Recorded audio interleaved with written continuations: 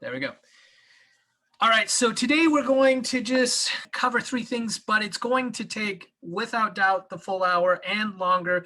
If you need to jump off, go ahead. Don't feel bad about it. I like what we did last week. Instead of setting up a second time to meet, I'm just going to continue on and then just edit it all together. Those of you that, I would assume most of you for the quiz that went through the video, notice that I cut out quite a bit. And so those that come benefit significantly, both in asking questions, but there's a lot of questions I cut out as well. And mainly because I'm focusing it on the quiz. So I encourage you guys to continue to come and get that extra benefit with it. So this will just go a little bit longer, and we're going to discuss this time around first on how you know your competitors. And I realized teaching this course was something that I've never had to do with my agency. Most people knew their competitors. And so I could ask them, who are your competitors? And starting out, I found one, a lot of students didn't, or they were working on a site that they weren't familiar with. And so I intentionally put this information in here for you guys to really dig into who are the competitors to the website that you're working on. We're going to look at 4 different types of competitors, and we're going to talk about why they matter to SEO. And then we're going to go over your second homework this week. So you have 2 main assignments. First is determining your competitors. Then the second is analyzing your primary competitors, and we'll go through that. So there are 4 types of competitors that you're going to be looking at this week: direct competitors, indirect competitors, perceived competitions or competitors, and divergent competitors. I know you guys are probably familiar with 2, maybe the 3. I'd be very surprised on the 4th unless you read my blog post, since I created that term. So we're going to talk about, but divergent is actually really important. So we'll get to that in a second. Throw out a definition for direct competition. I can go for that. Okay. So the same companies that offering the same service and products that you're doing. Yeah, that straight from the article that you guys are going to be reading this week is exactly that. Companies offering the same product or service as you. So let me ask you here, who are the direct competitors to these brands? Just unmute and throw out who you think are the direct competitors for one of these brands. Android. Okay, Android for Apple. Microsoft for Google. Say it again. Microsoft. Okay, good. So Bing, which Microsoft owns, for Google.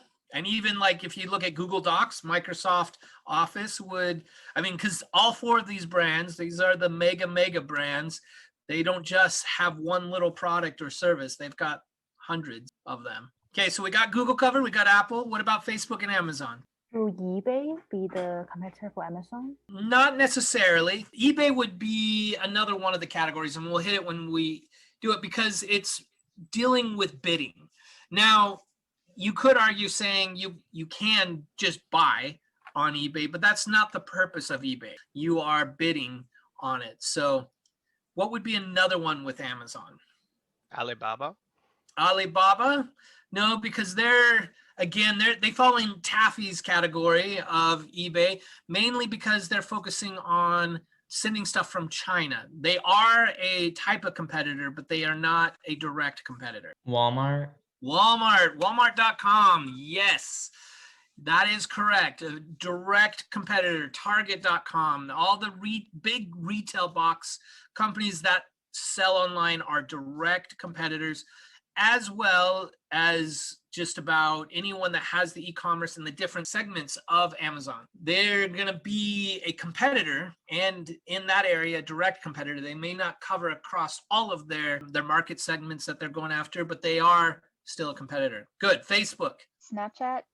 Okay, Snapchat. I know you guys want to say Instagram, but you can't. Nah. They own Instagram. Okay. TikTok. Yep. Definitely. So looking at a social media platform, any one of the social media platforms on a broader level are direct competitors. It could be argued that they're indirect competitors as well, since they offer something slightly different. Parler, for really focusing on the conservative right wing, would probably be closer as a direct competitor, since that's more of kind of the Facebook, what they offer the same thing, kind of, they're just hitting at different segments. Good. So how do you determine your direct competitors in search? By finding common questions or phrases that fit your site and what you're trying to achieve, and seeing where they directly fit in the search with that. Perfect. So just to put it in shorter terms, you're doing a lot of searching on your own. Like, you type in, I am known for this, who else pulls up for that? So really just searching a lot. Any other ways? Maybe just company that just sell the same product as you. Okay, yeah, absolutely. So in my article, I do J Slips, which is a local Hawaiian sandal company. There's a lot of Hawaiian sandals that are out here. And so just knowing, okay, this is my product, they have the same thing. Good. So really, for some companies, and this is what I think Allison was running into with her parents, they're like, well, we just know who our competitors are. We just know this stuff. I've seen this time and time again as I've done consulting. Or if you're working with a large competitor, they generally have down to a T. They know every single competitor that they're going against. Next is the site is optimized. I mean, you're going to see this in the article. I was a little leery of having what I did in the article, where I looked at the title tag of the page. And you're going to see this in the article, where I say, oh, I looked at JSlip's title tag, because they optimized their title tag. The title tag, just to be clear, let me just give you an example here. If we look at Zoom here, up in the tab, it says launch meeting. That's actually a poor one. Let's do JSlips, because I'm on an internal page of Zoom, so that's not going to be a good title tag. This is theirs, JSlips Hawaiian Sandals. So the title tag is found up in the tab, but it's also, when we go to Google and we type in JSlips, we're going to see the same thing right here. This is the title tag. The title tag is the title of what is found in the search query, but you can also find it at the top of the tab. So if you have, let's say you're a consultant, an SEO consultant, and you're trying to figure out either your competitors, what they're going after, or what your client is going after, going to the site and actually looking at the title tag will help you a ton, okay? So the site is optimized. You can quickly figure that out. And then what Cameron said, a lot of searching, like really looking at the promises that you made, not last week's homework, but the homework before, where the site promises, you're like, what am I promising here? And how does that articulate to a search term, to a keyword? So that's the high level of when you're looking at search. The one thing that I want you guys to really focus on with this week's assignment is your competitor must be found in search. And I think I didn't make this clear enough last semester, because people were just throwing out lots of competitors, and I would ask the students, well, how did you figure that out?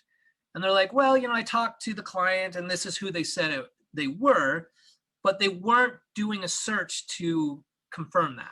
So if you're working with someone else, they may have other competitors, but if they're not found in the search, they're not your concern, okay? So everything we're going to be doing here, you're going to be identifying in the search. So starting off, this is your homework here. Your first page, you guys are becoming very familiar with these worksheets. You're going to say, okay, these are the search terms that I put in to find the competitors. So for Devin Supertramp, creative video agency was one that I looked at, video agency and video production agency. These are three key words that I looked at, and they don't have to be number one. I really wanted to see who was doing the best job. And Sandbox Video, these guys are really solid. And so you're going to go through, you're going to put in the keywords, and then you're going to put the ranking position. Now, I'm going to just give you guys a tip here to help you find the ranking position really quick. So let's do creative video agency here. And you guys are going to see here where I have numbers, 1, 2, 3. This is what I'm asking about the ranking. And I'm using this plugin right here, SEO Quake. So SEO Quake numbers it. They also give you a lot of similar metrics that you see in Moz. And it's helpful. I used to use SEO Quake for all of that for years and years and years. But I just felt their metrics weren't improving as Moz was. And so that's why I jumped over to Moz. But for saying, okay, like I have my search set up to show me the top 100, not the top 10. So if I'm looking at someone, let's say here, agency creative, they're number 90. The last thing I want to do is count that out because Google doesn't number them for you. Okay, so just a pro tip, use SEO Quake and that'll quickly number it out for you. You want 3 different search terms, or can we use one and then say You can one? use one. Okay. You can use one. That I'm totally fine with that. I actually did even more so and jumped into my tools and even used Google Keyword Planner. When I saw Sandbox video on a lot of key terms, I wanted to see what was important to them because it was obvious to me that they're actually number 1 for video agency as well, which that's a very difficult term to rank number 1 on. So I know they're doing SEO. So I went and dug in and looked at, okay, what else are they ranking on? But you can do just one term and say, here are 3 in that one term. But I want that term to be pretty high level. Video agency is a very broad term. I don't want video agency in Melbourne, Australia, around the corner from me. Okay, that's a very long tail keyword. Okay, so here's the screenshot that you can take of any of yours. You just need to have one. Now, the next sort of thing that you can do is looking at alternatives to your brand. So in the article that you have with this homework is basically what is an alternative to Devon Supertramp. And in fact, I think I have the exact phrase in here. Hold on. Yeah, I do. So this is what I searched. I have what's an alternative to Devon Supertramp videos. And if you look here, the number 1 says 10 plus travel channels that are like Devon Supertramp. I was like, oh, that's helpful. So I thought I would take a look. And I looked down here and they have all these YouTube influencers. Now, the problem is that's not what Devon really wants to go after. He wants to go after video production. Doing this where you're looking at alternatives. And let me see here. I think I have, yeah. This right here is the article. And if you look right here, searching alternatives to your product or brand, it works really well with J-Slips.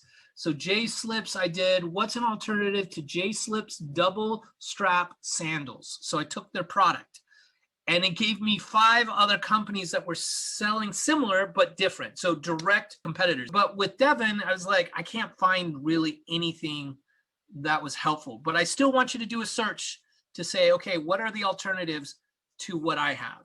Okay. And I'll show you here when I show your homework what you'll put in if it doesn't work out that you can find anything.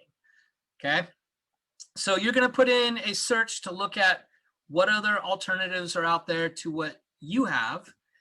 And here's just kind of the pros and cons. Works well for established brands, but Devon is established, but he's established himself wrong. He really just established on his YouTube and on not even travel, but on extreme, which isn't what makes him money. It does also really give you insights on your competitors, but the cons are if you don't have a well-known or if you have an undefined brand like Devon's, his is really undefined. And that's why it's not working for him. And also service-based competitors, it doesn't work that great for. It does somewhat work. It just depends on what you have to offer. So giving example to, let's take Quinny's. She would put in alternative travel sites to melissatravels.com. I would even put the .com on there. I'd search both, but Melissa is a very common female name, so it might look for something else. So that's why I'd throw the .com on there. And if Kone, who is the owner of that site, was well established, there's going to be a ton of articles that say, hey, here's alternatives to Melissa Travels. So Sarah, who has Family Search, this is going to be easy peasy for her because there's going to be hundreds that she'll probably be able to pull from. And this is just to help you see what sort of direct competitors offer the same thing. Does that make sense? Okay, so this is what I put in the homework. I said, but this doesn't help me much. You can put that. That's just fine. In fact, you're going to see in a few more of the homework examples that you can put down, this doesn't really work for me. I recognize that this isn't a one size fits all, but I do want you to be familiar with it. Okay, and then here's the screenshot of where I was looking at the alternative to Devon's, what Devon offers. Okay, so now looking at the local direct competitors. And the easiest way of doing this, guys, is just going to maps.google.com. And you'll see here that I actually am showing not Hawaii, but I'm showing Utah, because that's where Devon is at. He doesn't care about the Hawaii video production services. He cares about Utah. And so I'll put in video production services, and I will take the websites of these right here. Now, the thing that's important here, I'm going to pick on, let's see here. I'm thinking of all your guys' sites. Yeah, Quinny's, yours is going to be the easiest one. Quinny isn't in India. And so if she's looking for Indian-based travel agencies that are targeting the US, she's going to need another Chrome extension that is called Location Guard. So this video right here, very short video, I think it's like a minute and a half, shows you how to set up Location Guard. And guys, I have gone through probably 20 different types of hacks to try to get Google to see that, oh, I'm not in Hawaii, but I'm in Utah or some other place. And this is the only one I've found to work. You'll see a ton of stuff on the internet, but this extension is the only one that has really worked and worked well. But there's a couple little things that you've got to do or it won't work, which we discovered last semester when I was taking them through it. So if you're looking at a different location, this is the Chrome extension that you'll want to use. Okay? Yeah. Allison. What if your website or service isn't limited by location? Like, do you still want to be watching out for those? You do. You absolutely. And yours is a great one. Yours is, it isn't limited by location, but I bet you anything, there's quite a few in New York City, life coaches, adult, what did you say? Adult what? Like personal development. Yeah, adult personal development coaches that are in there. So even though you may be like, hey, we're not really looking at the local, you need to be aware of them. Okay. If anything, to help you be better with your own site. So yeah, you'll still go through it. The next one that we'll be doing, once I show you the homework on this, you don't necessarily have to do. So here's the homework. I grabbed the sites on what I looked at. I did a screenshot of it.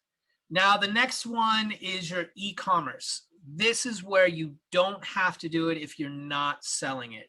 But e-commerce is really powerful. So if you're selling a product, you want to do this. But you can't see it on this with the homework, but there's a little asterisk on your homework that says, ignore if this doesn't pertain to you. But let me show why it's important here. So if we go to shopping.google.com. Now, as I've worked with Devon, one of the things that they want to do is rent out their expensive camera equipment. And as we were digging into their keywords, we found that camera gear is actually a really good term for them to go after. And so if you put in camera gear here, and if you type in shopping.google.com, you'll see, okay, yeah, there's a lot of things here, but what you're really going to look at is who are the sellers? And you got a long list of sellers that you can say, hey, these are direct competitors if you're selling something. And I don't think anyone on this call is selling anything. So a lot of you can just skip over this homework. It won't take you that long. But just be aware there's all these little things that you can look at to say, who are my competition? And then when you look at them, who are doing it really well? Who's hitting it well on the content, really targeting your search personas? Like that's the real reason why you're digging into particularly your direct competitors. And you're going to see your direct competitors cross over for the next, I think, 5 weeks of your homework. You're going to be looking at your direct competitors until your eyes bleed. And it is true. You're going to be really digging into them. Maybe not true in the literal sense of your eyes bleeding, but you will be looking at your competitors a lot. All right, so here's some of the competitors. I could list out all the competitors he has there. It's by alphabetical order. You know, if you want to take a screenshot, I noticed Taffy on the last homework, she just screenshot everything on the answers. That's totally fine. If that's easier, if you want to do that, not an issue. And then here's the screenshot of what I actually searched. I tried to make it even smaller and put camera gear in Utah, but it doesn't matter if you do the broad or the location search, you'll be just fine. Okay, you want the term broad enough to capture your market, but niche enough that it accurately describes what you do. And I give an example in the article where J-slips, footwear is too broad. Footwear covers so many types of shoes and sandals. That's not what they're going after, but neither is sandals. Sandals doesn't accurately describe what they're going after. They're specifically going after Hawaiian sandals. And so that is really the search term that they're going to be wanting to rank on. And I like to call it your search industry. You need to know who you're rubbing shoulders against in the SERPs. So search engine results page is what SERPs mean. So you just need to be aware of that and really try to figure out where exactly do I fall in Google. Okay, let's pause just for a second. Any questions on all those things that I just went through? Just a quick in specific to because it's a blog thing, so it's Mhm. not any courses selling it. How do I get local competitors for blog content?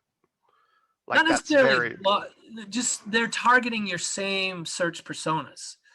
okay. So you could put in Like pet stores, yeah, like yeah. I would I love to guess. get you more niched into like rodents. Yeah. But yeah, like I said, this isn't a one size fit all, All but right. it is to open your eyes and say, okay, what is here? So, and you, like I said, do it, take a screenshot of it, but then give me a reasoning of why you're like, this isn't as helpful. So following what Cameron asked, so for me, I'm doing a marketing and entrepreneur. So should I search on the marketing agent, something like that, for the local search? Yeah, a marketing agency, local, absolutely. Good. All right, now we're going to talk about indirect competitors. Who wants to take a crack at the definition for this? So what I understand of this is like they're not selling the same thing like you, but they have the same function as you, such as like if you are a yogurt store, so all the yogurt store will be your direct competitor, but all the ice cream store will be your indirect competitor, I guess. Yeah, kind of. You're kind of hitting, and I'm glad you said yoga because that takes us back to Allison and Eli's conversation. What they were talking about with personal development is, oh, what if, meditation or yoga, they go to that instead. And that is definitely an indirect competitor. So companies who appeal to the same audience. So where she's talking about the yoga store and the ice cream store, you could say, that they're kind of apples and oranges there, but let's say the ice cream store and Taco Bell, because they have some sort of desserts where they could go and get instead of just getting straight ice cream. So just thinking of the Laie strip where we have Angel's Ice Cream and Taco Bell. Those are indirect competitors. They're going after the same audience, but they offer different things. Okay. So what would you say are the indirect competitors to these brands? Just unmute and throw it out. Libraries for Kindle. Yes, yes. So books in general, not just libraries, but yeah, libraries actually I think is a better indirect competitor because it's not digital, and hardbound books, same thing. Good one. I feel like grocery stores or any other like deli kind of side corner, anything that sells food could be a competitor for McDonald's. Yep, you're absolutely right. So McDonald's and Burger King, direct competitors. McDonald's and Taco Bell, indirect competitors. Or even I would say McDonald's and Seven Brothers would probably be closer to indirect, because Seven Brothers is higher end, I should say, hamburgers. Tesla. Just really any other car company. I guess it doesn't have to be like an energy efficient car company too. Kind of. you Actually, said not like kind of. That wouldn't motorcycle. necessarily be a direct. What were you going to say, Taffy? I said like mobile cycle, like Yes. bicycle. Yeah, so Tesla is much more focused on being energy conscious. So even a bicycle is a indirect competitor to Tesla. Whereas another car wouldn't necessarily be an indirect. They could actually be considered a direct competitor depending on the search persona. Good. And then Ace Hardware, since that's local to us here. Handyman. Oh, good. I thought that one would be harder. Yes. Ace Hardware, doing it yourself versus getting someone else out to do it. Good, guys. Awesome. All right. So when you're looking at your indirect competitors, there are some tools that you can use here, but you really want to look at two questions that you want to ask yourself. First, what problem am I solving for my ideal customer when they buy my product or service? So you're just looking at what is the problem you're trying to solve. And then second, how else can that problem be solved? When we're answering this for the homework, I actually jumped over to the promises that Devin was looking at. And so his promise is that he wanted to show how he could creatively tell a brand story. So that's the problem they're like, I need my story told. And then helping customers to create a brand that impacts the most people. And so when I answered this, I said, tell their story through animated stories, which is not, or animated videos, which is not something Devin does at all. But when I was doing keyword research the other week, I found animated videos all over the place. So they're definitely going after the same audience as Devin, but offering a different solution. Doing a PR agency is another sort of saying, hey, I'm going to go after the biggest audience I can, or have the most impact I can for the people, for my brand. And then instead of doing a social media video, they're doing images or articles. These would all be answers to those two questions, okay? So again, you're gonna provide a screenshot. So I put in professional animated videos and looked at, okay, who are the competitor or the indirect competitors here? And then here's two sites, and I'm gonna give you guys some tips here. First is when people were doing Alexa search, there was a problem that they had with this. So what I've done is if you put in alexa.com, you're just going to get this right here. You're going to be like, where do I start? But in the article and in your assignment, so I want you to know that I put it in both places. I've linked to it. So for Alexa, it wants to be /find-similar-sites. And this was a problem, is they don't outline their search that well. And so a lot of people missed the search. They would go down and they're like, I can't find it. And so just know it's up at the top. It's with this URL that is linked into both the assignment and in the article. And we would put in, let's do JSlips, because they actually had something here. Devin did not. So jslips.com. Okay, JSlips. Let's try Devin Supertramp. So Devin Supertramp, that's right. The two sites that you can do, Devin was found on here, JSlips was not. And then I give a second site called Similar Web where it flips. So here we have similar sites to Devin's. The other one, and I don't know if I updated the link on this, I have to check, is Similar Web. I didn't update the link, but I will because I was just doing that before the call. So Similar Web right here. Yeah. So since last semester, they changed it to where if you go to similarweb.com, you don't have this right up here, which is what you need. And so I kind of found a backdoor. They want you to actually sign up for them, which I didn't want you guys to have to do. So this link, you don't have to actually sign up. If we type in Devon Supertramp, you're going to see it gives no results. But if we type in JSlips,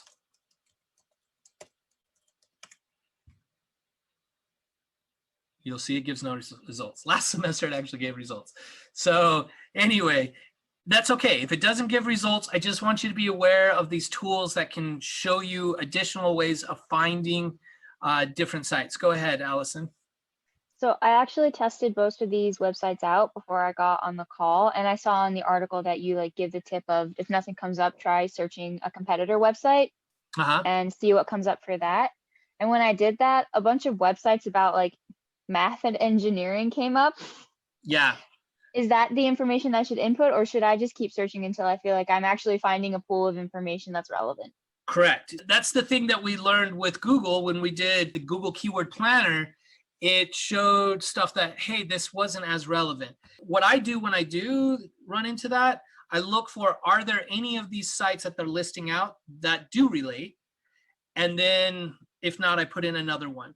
Okay, for the sake of the homework, you just have to take a screenshot and you would put in the notes, hey, this wasn't very relevant. Like I said, I'm throwing a bunch of things here that some will work, some won't. It's just the nature of the beast. Cool. Okay, so here's the screenshots. This is what I had of Devon's. This is what I had of Alexa. Now we're going to talk about perceived competition. Who wants to take a crack at that definition? They offer the same product, but they don't necessarily. Other way around. They don't necessarily have the same product, but they compete for your same resources and customers. Good job, Noah. So that's exactly right. So we're looking at what may overtake us. And the best tool for this is Google Trends. Anyone play with Google Trends before? This is a fun tool. And I'm going to give you the classic case study. It's in the article, I know, but I really like it. And that deals with BlackBerry. Okay, there really was a smartphone before the iPhone. And it was, I don't even know how to describe the BlackBerry. I hated them because you really needed like a little pin they had all the little buttons all crammed in because they hadn't done a display touch yet like the iPhone did. And so if you were looking at the trend of BlackBerry here, if you notice on the dates here, I have it from January 1st, 2004 to December 31st, 2007. If you were looking at this, you're like, oh, this is just going up, up and up. But in June of 2007, guess who came into the market? Apple. Yes. Apple. Apple, and the iPhone comes out. Here's the issue. Looking at BlackBerry, you think, oh, just alone, just in its silo, all by itself, you think it's doing well. But then when you compare it to the iPhone, you're like, no, they're getting crushed. And I should have another one where it shows for the whole time, like you just see BlackBerry go just tanking down. So you want to keep these competitors at the forefront. If you were at RIM, I forget what it stands for, but they're the parent company of BlackBerry, and you only looked at your data, you would think you're doing awesome. But you always have to think, what can overtake me? Okay. So one thing with Devon is 8K resolution. He does a lot of 4K resolution. So we can see just looking at this on its own, we're like, oh, this is growing. But when you compare it to 4K resolution, it's nowhere near. But there is something that could change that. And that is called virtual reality. And so when I put in the homework, I put in 8K creative video agency, 8K video agency, because that's something that could overtake what Devon's doing, even though he's starting to dabble with 8K, but also virtual reality marketing agency. I'm hoping that you see, before you even graduate, to see virtual reality taking more and more of the market of the internet itself, but it's all video based. So Devin should be very conscious of, okay, what's going on in the virtual reality area? And is this going to take over what I'm doing? And so when I do those searches, I took the top ones from there and put it in, okay? So that is perceived. You're just gonna show for the homework a Google trend on something that you think could overtake what you're doing. All right, questions on perceived competitors. Okay, so I just want to give you kind of a gauge of how much time left. I have one more, which is pretty quick, actually. It's pretty straightforward. And then I'm going to just go over your second homework. So I'm thinking about 10 minutes, maybe 15 on the rest of this video, okay? All right, so who wants to give the definition for divergent competitor? And like I said, I don't expect you to know this unless you've read the article. I'm gonna try. Okay.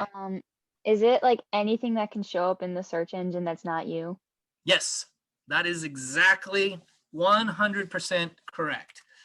Anything that should have an S, anything that clogs up the keywords you want to rank for that are not related to what you're doing. So a great example on video production, Wikipedia would definitely be someone that is a divergent competitor. Now, one thing that you'll want to take a look at is if you see more divergent competitors than direct or indirect competitors, more than likely you're the divergent competitor.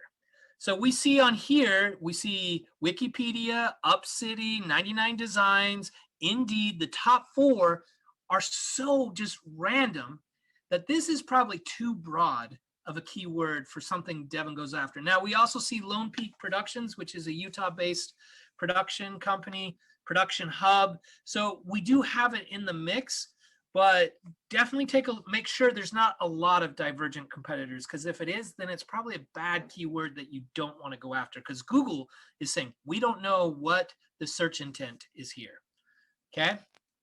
So for the homework, you're going to just say, hey, here are the search terms that I looked at for divergent competitors. Here are the divergent competitors.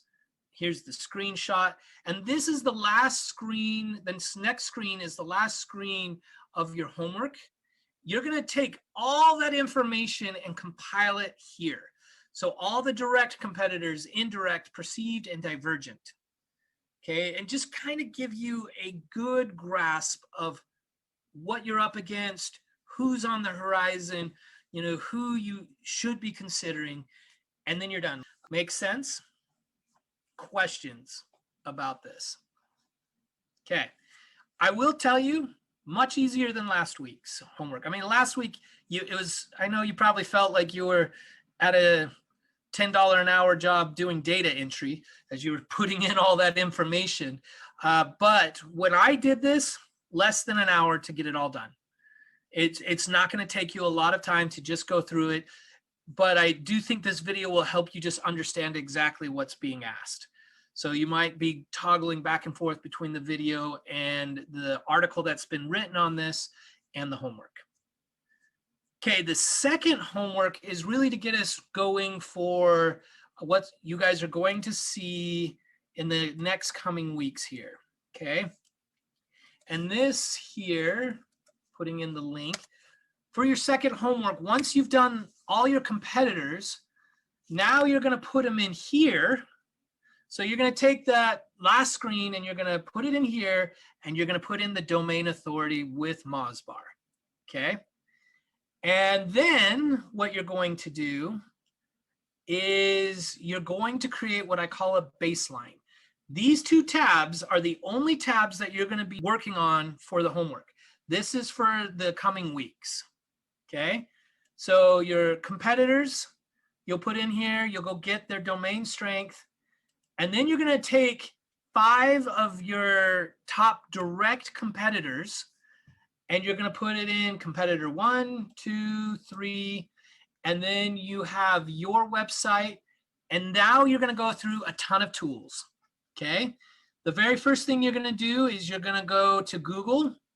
Let's go to Google, And you're going to say, okay, how many pages does the site have? So what's the search operator to look at how many pages your site has or any website has? Site. Yes, site colon. So site colon devinsupertramp.com.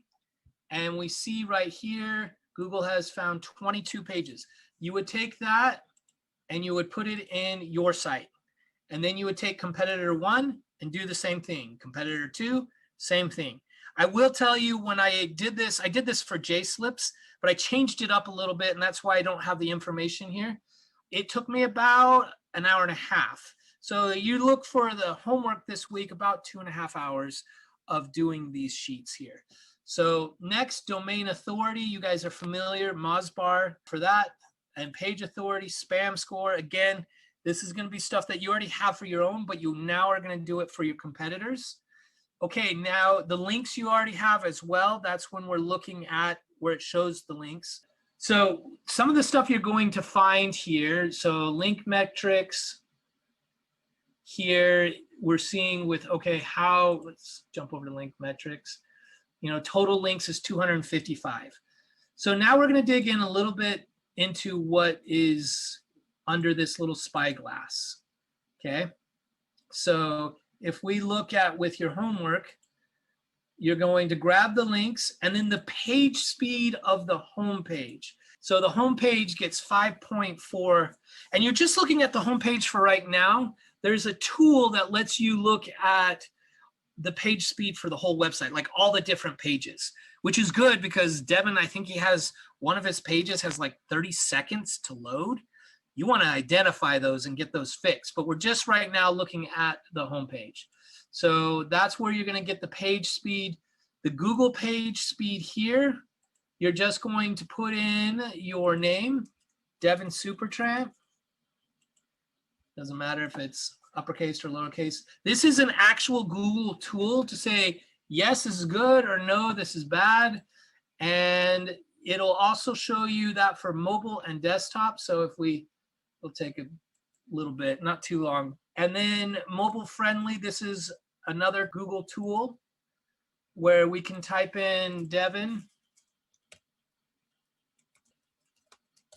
You'll type in your website, and this will also say, hey, you're doing well here. So is out of 100.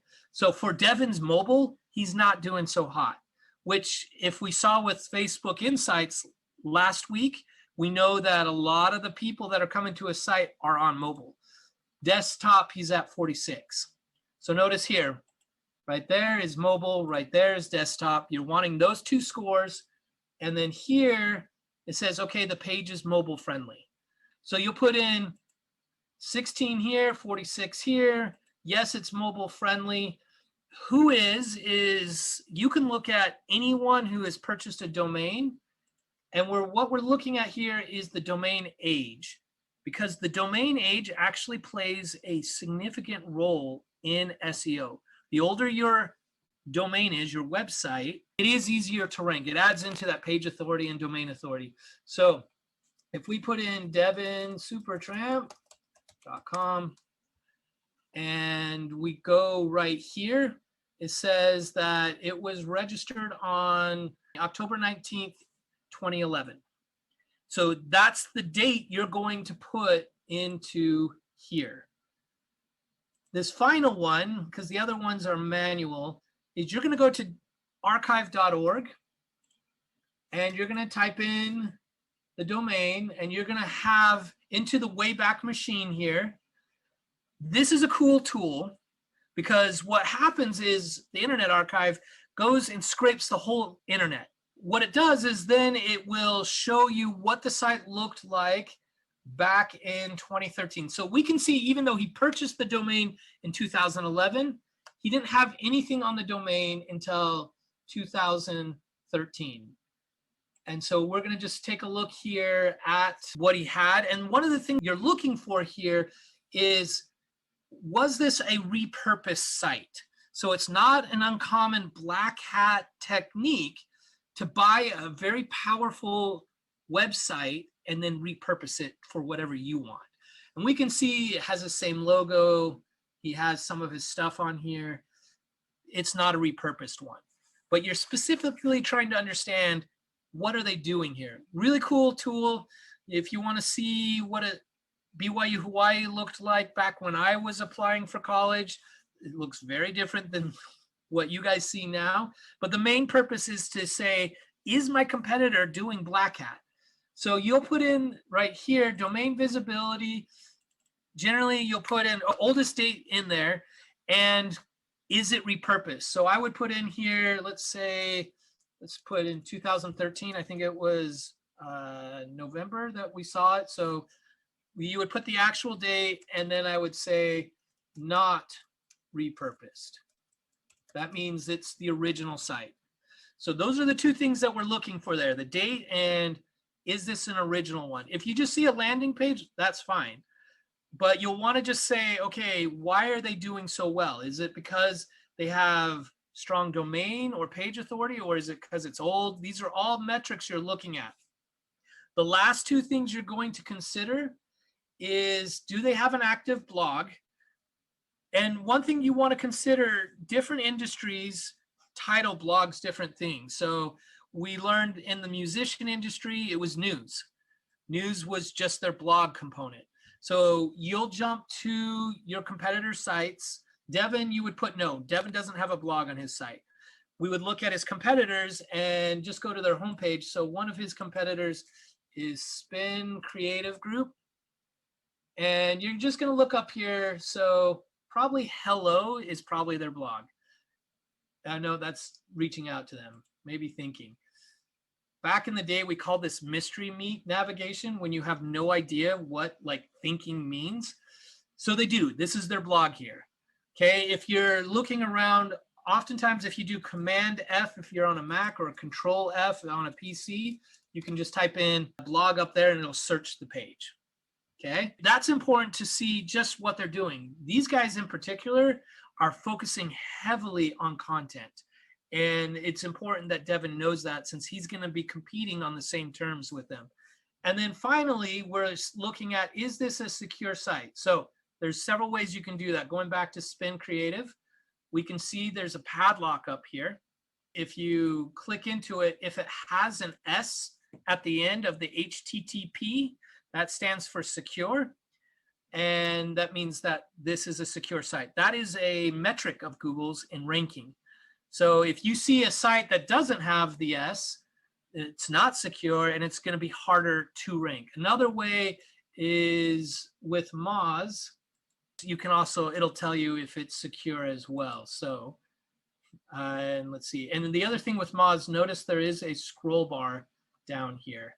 So there's a lot of stuff that you can get off of Moz bar when you're doing it. And I believe, oh, here it is. That's exactly what I was looking for. Okay, so we can also look here and we can see, here's the S. And we're on the, are we on the archive? Yeah, we are. So here it's looking at the archive one, even though it should be showing Spin Creative. So that really is all you need to do on your homework. Here you would just say yes and yes. And you're going to do it for yourself and all 5 of your competitors. Okay. Yes, Allison. When we do competitors, do you want it to be like a competitor from each different area, or just any 5 competitors that we feel like are most relevant? Great question. Direct competitors are the only ones we're interested in. The other 3 are just to help you understand what's out there and gain a good perception of your competitors. But we're just looking at 5 direct competitors that are in search.